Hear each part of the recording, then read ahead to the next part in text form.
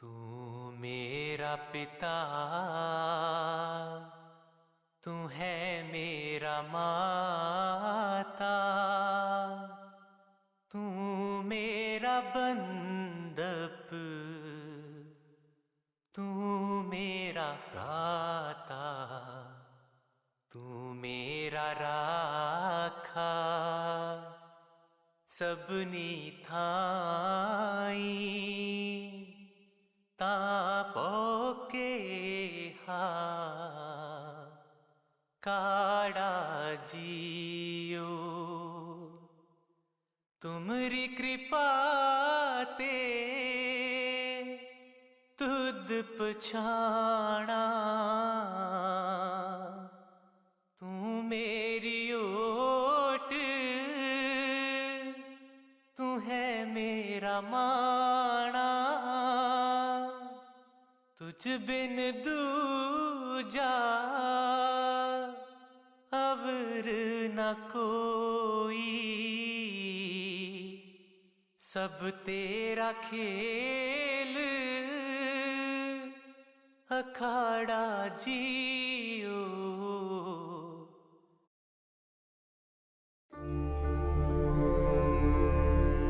We will now go through the questions put forward by the seekers. How is true spirituality different from religion? Okay, so the religions, they always, connect the spiritual concept with tradition and cultural practice. So religions, from what I observe, they have a lot of rituals, they have a lot of ceremony, and when they do a lot of that, they forget about the true essence of spirituality. So I would say that in religion, still have true spirituality, but very less. Why? Because religions also start from a holy visitor, which are perfect living master of that time they visit. And then after master passing away, then the people in that community try to remember their own master. That's why they try to recite master story, create the song from master teaching, or even write down all the master teaching from different people, different disciples, and put together as a book. That's how Holy Scripture today, except from one religion, that is Sikh religion, where the perfect living master write down his own teaching. But still, human are human. We always put our own thought and idea, even in the Holy Scripture. So after some time, we put idea, what we think, what is spirituality, inside the holy books. That's why in one occasion, I heard Baba Govinda Ji, said that we should burn all the books. And people ask him why are you saying that, Master, that we should burn all the books? He said, this teaching give very wrong idea. Master is here to lead us, from illusion to reality, not to lead us from one illusion to another illusion. So, Babaji is saying that all the books is still part of the illusion. Then what is true then? What is true is the Guru, is the perfect living master, the living teacher, that you can connect with them directly, can talk to them directly. And they show you the truth from inside. That is not in the book. The book can say so much, but when you experience that, it's so much more. Just like you can read about heaven in the books, but when you see heaven, it's totally different. How can you describe heaven in full term, right? When when you see the whole heaven, how can you put that into human word? You can't, unless you experience it for yourself. Then you know what it's like to be in heaven. You can only read so much, but when somebody give you direct experience, it's totally different thing. That's why I totally agree, and I was laughing really loud when I heard Babaji saying that yes, all the books should be burned. That's true. But, people have really less understanding that true spiritual path has to start from the Guru, mean a perfect living master, and end with that perfect living master when he or she died and left the physical body. Then we should delete all video, that we should burn all the books. And then we should welcome, the new teaching from a living Guru, from a perfect living master with open heart. Otherwise, if we keep worship about the one perfect living master or holy visitors that's already passed away, they cannot help us directly. They cannot show you heaven. They cannot, give you salvation directly. They can't, because they're not here anymore. They can't make connection with you in personal level. They can't be here as your friend, answer to you your personal question. Then yes, I totally agree when Babaji is saying that. Is true spirituality just a theory, or can it be scientifically proven? True spirituality is very, very advanced. We have advanced technology, which calls spiritual science, which is gonna come when science realize that they cannot go far by using scientific method. Then they will start to look into a deeper level, which is spirituality, which is true spirituality that has been imparted by true Guru, by perfect master in the past. They will start to look that way, and eventually science and spirituality will become one. Then also, when science and spirituality establish itself firmly in this planet, then it also will end all the religions as well. Can we follow true spirituality and religion both at the same time? Or do we need to pick one and give up the other? No, it's not necessary. True spirituality is the inner practice. Religions already said to us how to be good, how to do good, how to keep precept. And most of the religions lacking of the factor of going inside. So, for example, I am Buddhism, right? I'm growing up, went to the temple, recite all the Buddhism mantras.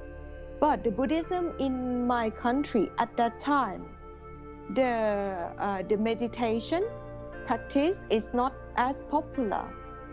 They more popular into emphasize about the law of karma, the concept of doing good and not doing bad, the concept that you should keep precept, be good person, be good human. So the spiritual essence is lacking there. But growing up more and more, I have found that spirituality affects more religion. Where in Thailand, they start to offer meditation courses or retreat. So I try to attend to those meditation courses and retreat. And I have found that, yes, we should go inside to understand what religion represents. Because religions also come from the teaching of the path master or the holy visitors, such as Buddha, Jesus Christ, right? And many more. So, therefore, to understand the real essence of religion, you also have to look into the spiritual practice, also called true spirituality. So therefore, both of these can practice side by side. But therefore, when you walk on the path of true spirituality, then you even understand about your ritual. You even then understand more about, the past master teaching. And, you will have the wisdom to understand, about your ritual, what you should do and what you should not do. For example, in Thailand, there's a ritual where when you went to the temple, you have to prostrate to the statue of the Buddha 3 times. When I was young, I used to analyze about that, used to think about that, like why? We have to do everything 3 times. Recite this mantra for 3 times. You have to bow down for 3 times. You have to put the 3 incense stick, there for worship the Buddha statue. So I was thinking, what is significance of 3 times? Firstly, when I start to practice the true spirituality, I come to understand that, when you do something for 3 times, it increases your concentration. So they want to bring the busy mind, the monkey mind, into a calmer mind mode. That's why we have to do everything 3 times. Then, it's carry more effects into our mind, into our heart. It's what behind that. And so I observe like, okay, if you practice true spirituality, then it's actually helping you to understand better about your own religion. So that's how I see. Both of them can work side by side. Why not? Why does true spirituality turn into religion after a certain time? There was very funny story that you told me once, right? That you attend to IMR, intensive meditation retreat in Bali. Can you tell me the first day Ishwaji told you about meditation and the last day what he told you, please? Okay, so the first day of meditation towards the IMR, the first session, Ishwaji mentioned the proper way to meditate. You sit in the correct posture, straighten up yourself, close your eyes, imagine yourself in a room, and then imagine yourself in the center of your forehead, and then try to visualize and use a lot of imagination. And then Can you follow that? Or I mean, after a certain time, when he asked people to open their eyes, he will ask like, how many of you managed to feel yourself flying out the window? And a lot of people put up their hands. And then some of us, like me myself, I was struggling. And then the next day, the experiences that he mentioned became more and more intermediate, and and it's like you should imagine yourself like in a room, and and then you close you close that eye and then you know transcend to the next body, your causal body. So it was kind of like yeah. So I felt like wow, everyone's so advanced. I'm like just a baby. Okay. Yeah. So at the end of the day, Mishraji mentioned that hey, okay, congratulations, you guys have done, but this is pure mental, because what you need to do is actually not just imagine. You have to recite the Simran, you have to contemplate on your beloved, and you have to listen to the sound. So there are 3 actions that you need to do, and the mind will struggle, obviously. And he told me that he told the audience that, you know, when you do all this, it's purely just for the mind. There's an easier method. I will tell you tomorrow. So everybody was waiting in anticipation what the easy method was. So he mentioned the easy method was for you to do actually nothing and to just surrender to Master.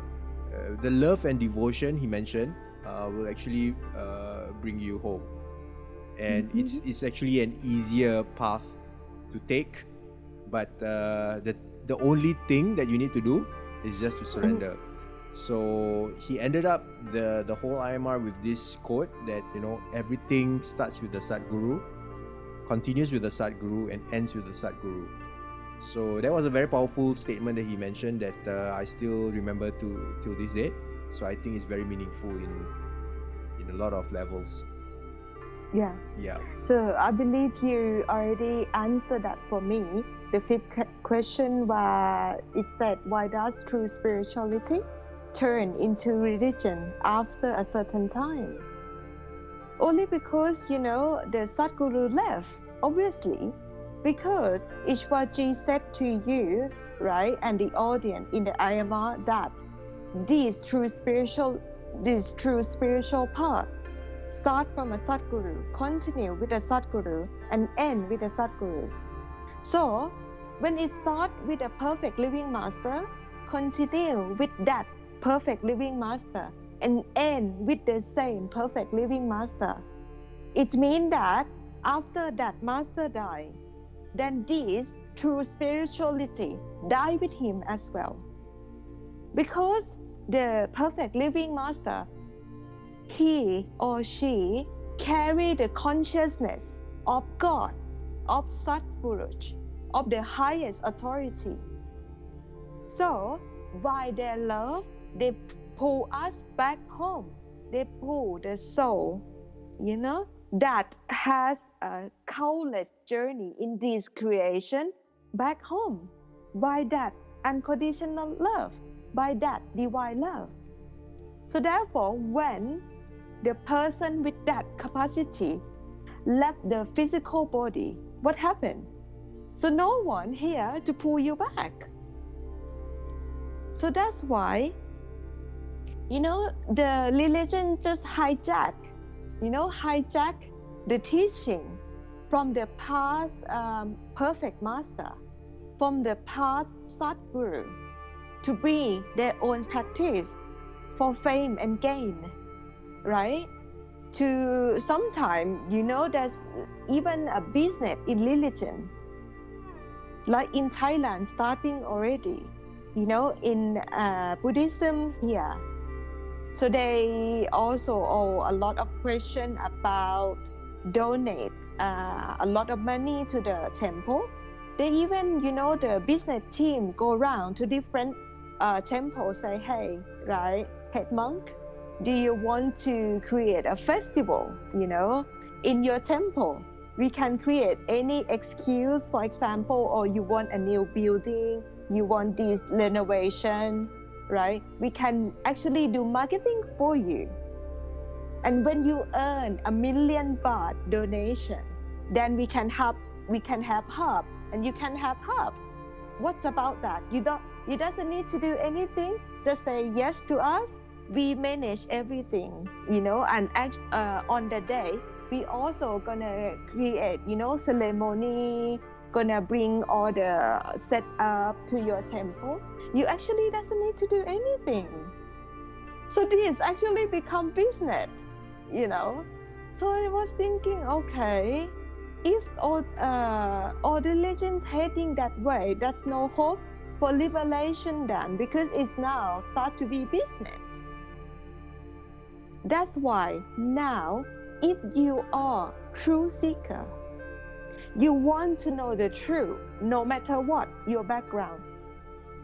You start from inside, asking for the truth to reveal itself to you. I believe Master will hear your prayer, the true, perfect, living Master, because they connect with the whole creation. They can hear your prayer. One day, they will show themselves, himself or herself in your life, and then pull you back with their love, their unconditional love. So the spiritual part, you can say into one word, the true spiritual part is love and nothing else. It's not about meditation on light and sound. It's not about how perfectly you recite the holy names. This is all lie. This is all illusion. Even the holy name is part of illusion. Even the method of light and sound meditation, Surat Shabbat Yoga, without a perfect living Master in it, everything become part of the illusion. Because when you raise your awareness to Prabram, to the realms that higher than this karmic creation, then you will start to understand that nothing is matter. Only Master is matter to you. Only the love from Master to you is matter. It matter the most to pull you across all the darkness and illusion into the real home, Sachkhand.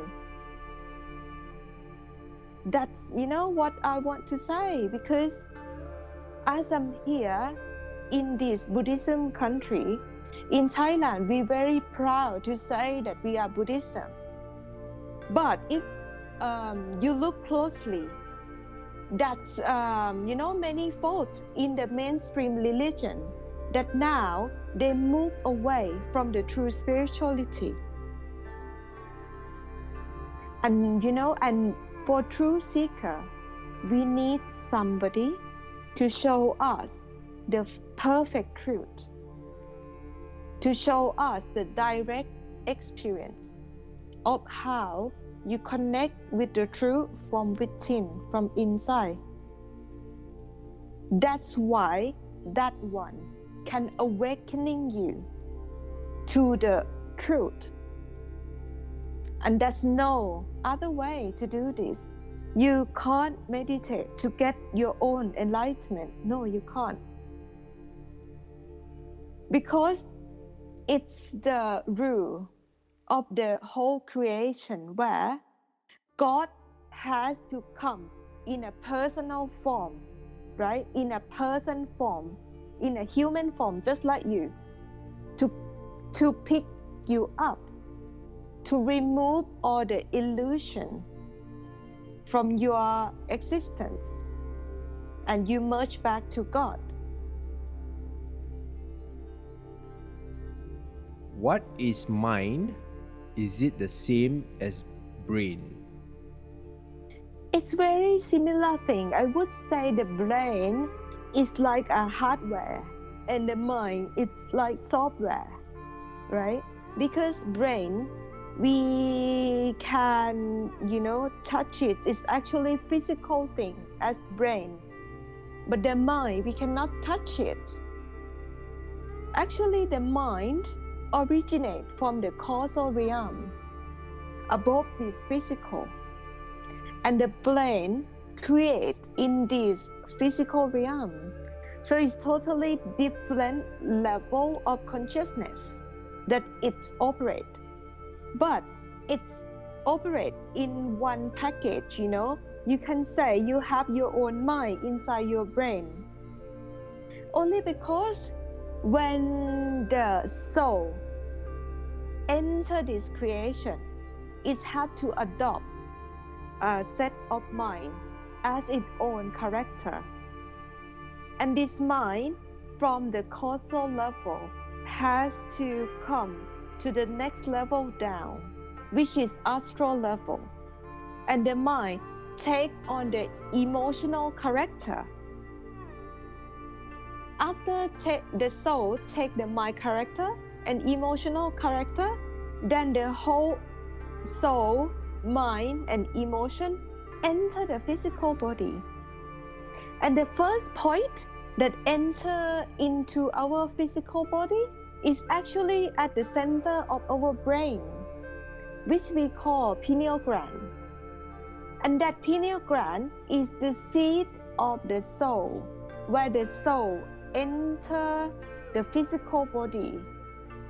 So, that's why all the perfect living master, past, present, and even in the future, they will ask you to withdraw your attention and focus at your wisdom eye center, because it is the point where you can,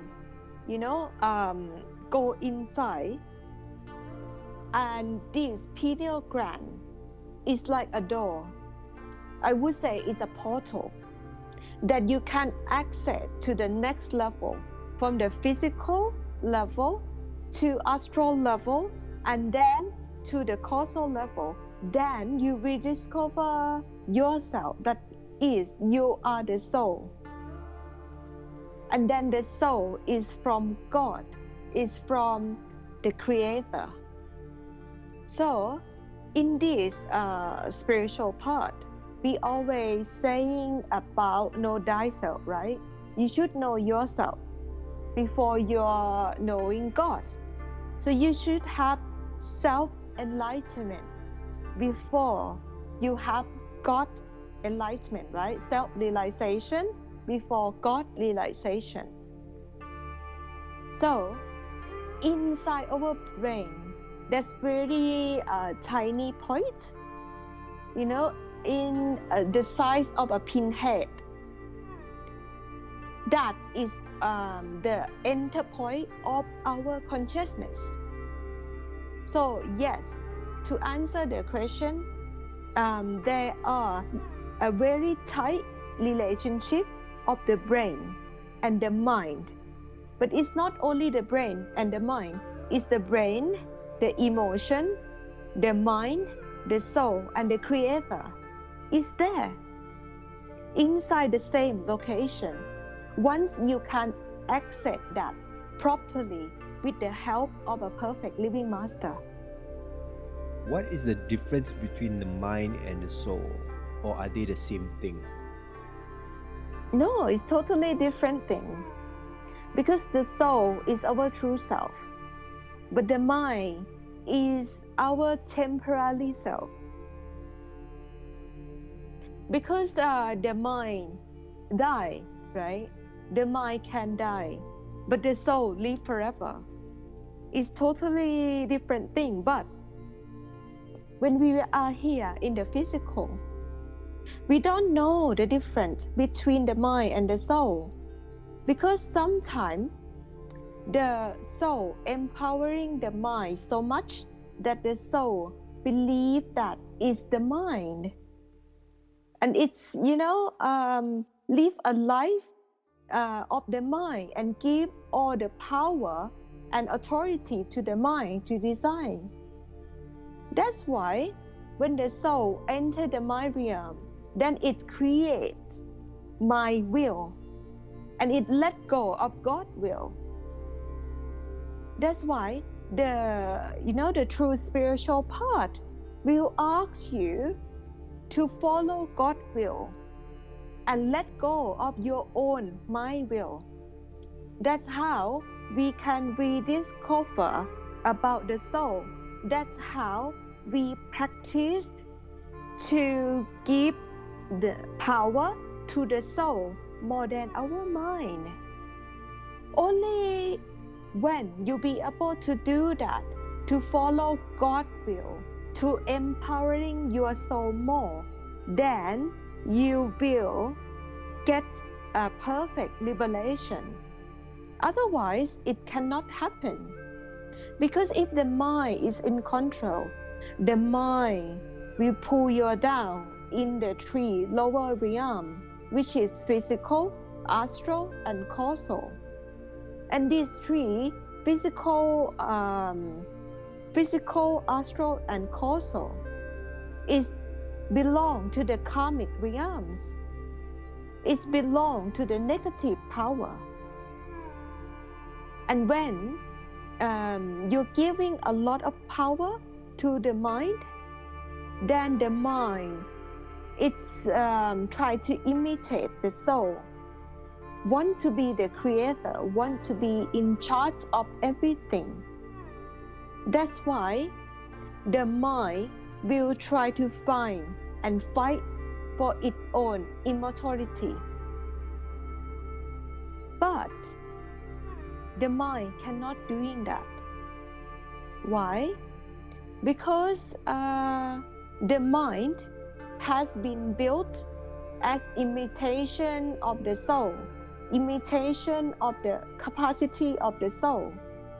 The mind can create, but the mind didn't have power to create. The mind had to borrow the power from the soul to create this whole creation, to make this whole creation come to life. Without the soul power, nothing come alive. So therefore, we cannot ignore to know about our true self, which is the soul. Because if you worship the mind as God, then, we meant to suffer, because the mind, the tendency of the mind is negative, and the tendency of the soul is positive. So if you let your own mind rule your life, rule your existence, you will live very, very miserable existence. Because the mind born from negative power, and the soul born from positive power. What are the functions of mind and soul? The function of the mind and the function of the soul. Yeah, I think I already very much answer about that. Yeah. So I just want to add a point for the functionality of both. So just to Yes, simplify, from the mind perspective, the mind always analyzes and always talks. But from the soul perspective, the function of the soul is always as a listener and always the experiencer. So the mind is the one that generates the experience, the soul is the one that experiences the experience. And one is always the mind always analyzes and the soul always synthesizes. Yeah. Yep. Can I ask you a little bit question? When you hear the talking inside your head, how do you know it's from your mind? Which one is from your mind and which one is from your soul? If it's happened to you, for example. Okay, so the mind always chatters, and the soul is always the listener. So for my case, the chatter that's occurring in your head constantly, I safe to say it's part of the mind. I mean, if not, it's the mind entirely, and the soul is the one that listens. But at some point of time, there will be some, I would say, some message that comes to you without any trigger, and it's what we call intuition. So something divine came into your mind space and sends you a message as the mind itself, and for the soul to recognize that, hey, this is something that is not from the normal mind, and I treat that as intuition or as a sign, because I don't take time and space to actually formulate that thought, so it just comes instantly. So that's how I do it, but it might be different for your case. Yeah, but anyway, you have the holy names that given to you at the time of initiation anyway. Yeah. So next time when that kind of thought come, you can recite the holy names. If that thought still repeat itself and still come back, you can know that, oh, that might be the message from the soul, right? That you need to pick up. So then, after that, you can look for coincidences in your life to unfold, to happening in front of your eye. Like if God, right, want to tell you something very desperately, right, you will have the same thought, and other people will also come and telling you, and also some of the events will point out as indication that you need to do this, you need to focus on that. So that's how I know which one is the information that come from my mind, or which one is information that come from my soul. And more, funnily, the more you practice meditation, the more sharp you become to pick this up, if the message come from the mind or the message come from the soul. Because when you master the vibration or the power that you can feel, that empowering your three bodies, the causal body, astral body, and physical body. When you be able to pick up that this is the soul power, then when the thought or the intuition feeling come inside your head with the power that empowering it, then you can pick up, oh, this is actually this is actually God will. This is actually the thought that come from somewhere above the mind, because it have power come with it. But if anything come from your mind, it has no power. It just go round and round, And when you start to recite the holy name, which chart with master power, is actually get rid of this capacity of the mind, the negativeness inside the mind. And it's actually going away. But after you recite so many times, that thought still repeat itself. Then you think, maybe this is from the soul.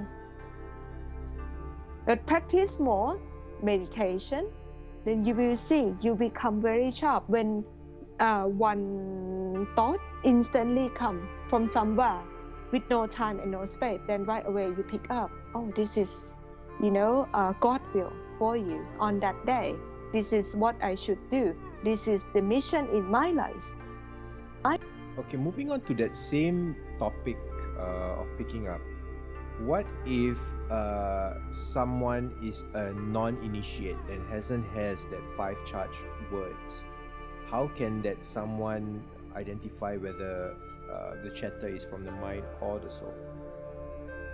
Yes, it can be tricky, because when we get initiation, right, we have the full protection from our perfect living master, meaning you have outside protection and you also have inner protection, outer protection and inner protection.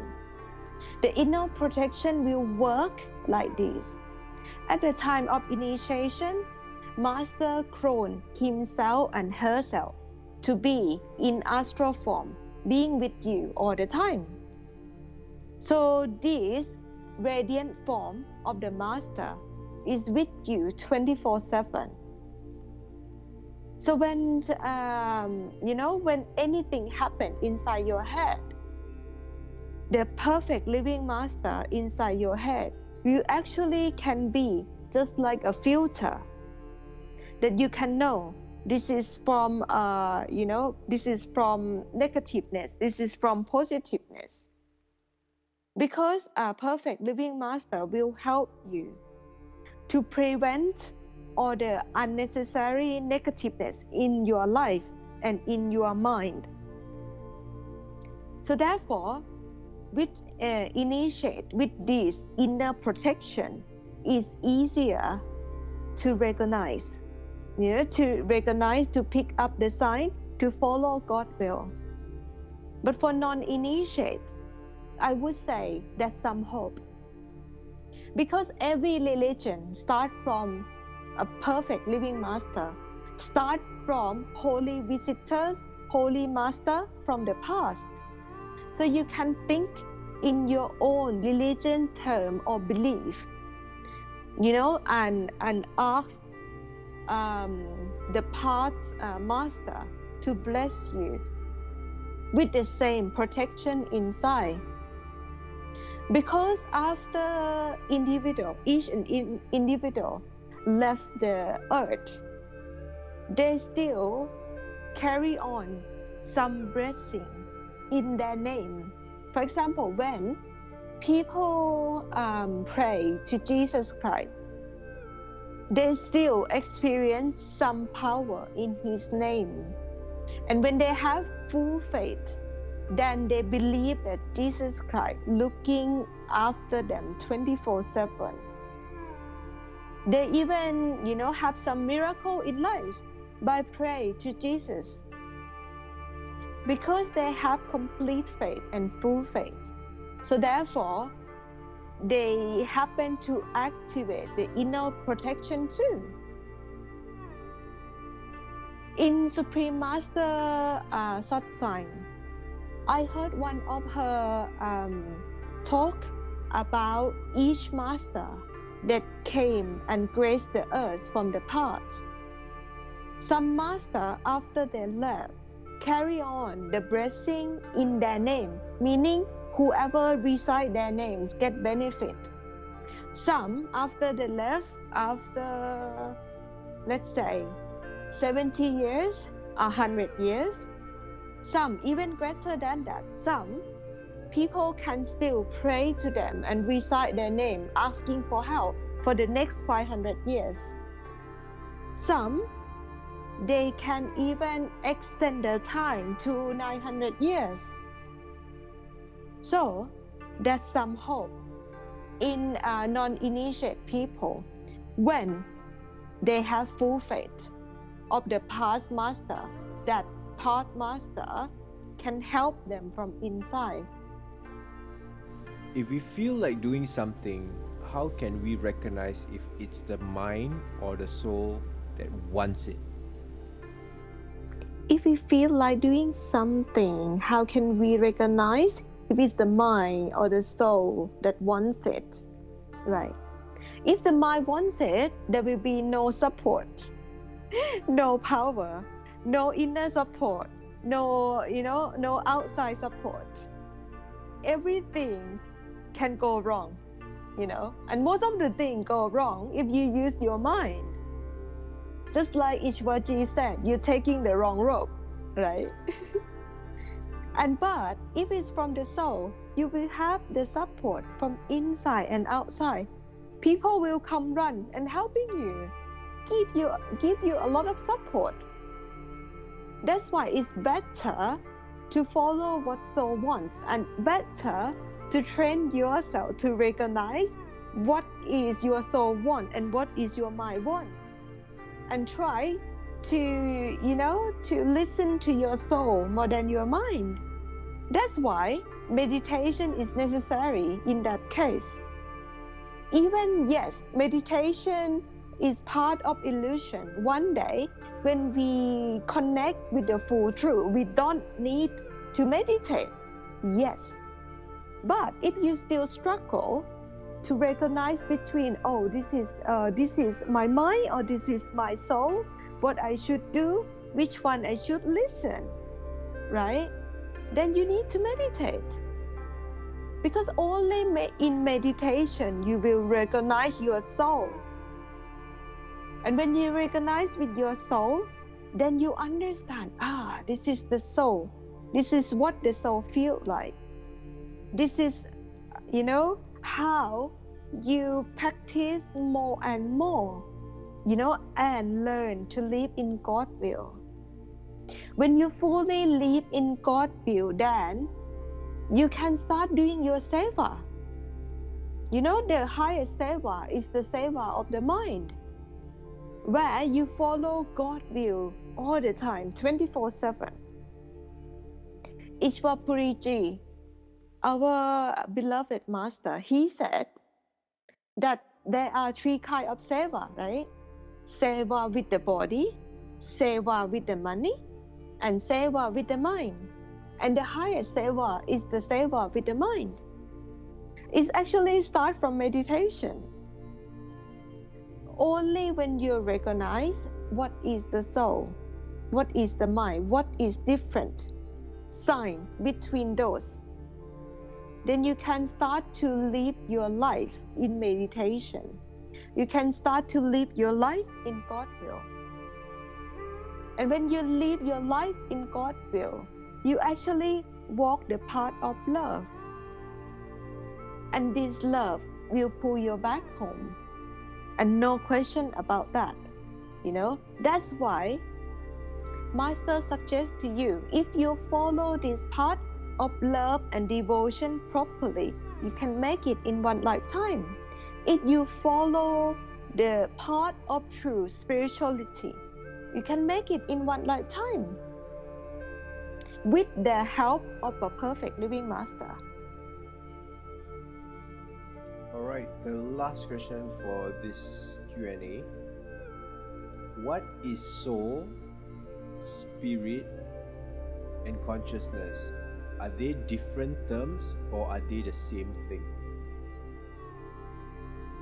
I think it's mostly the same thing to me. It's just only the play of words.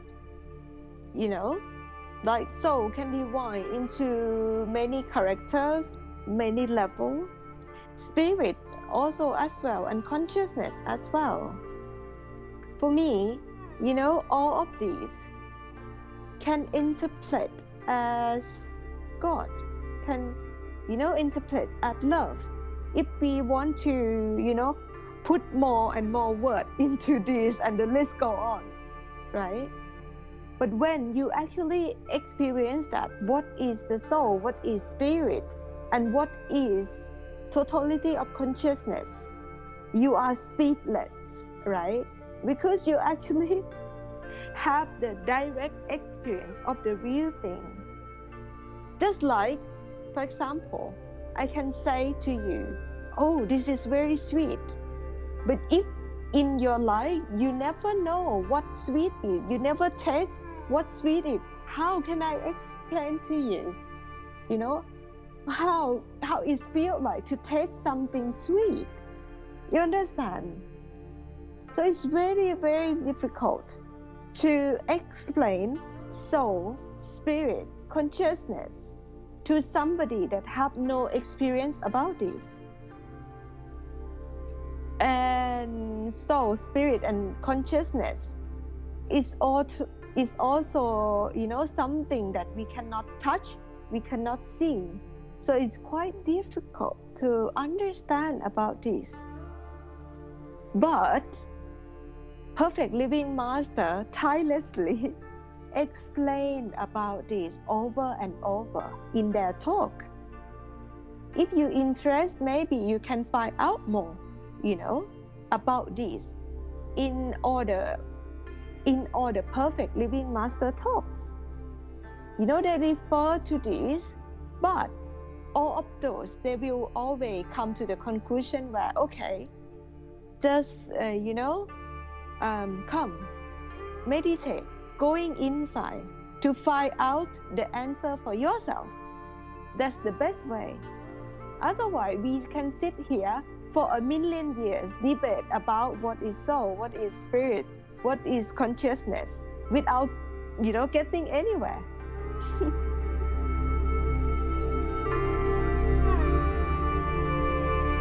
That's it for today's satsang. Thank you, main speaker, for spending time with us for this satsang. If you want more information about ISTA Asia, please go to www.istaasia.com. You can also subscribe to our newsletter and email us any inquiries you may have regarding spirituality. You can also send your questions to seek.istaasia.com. Thank you for listening.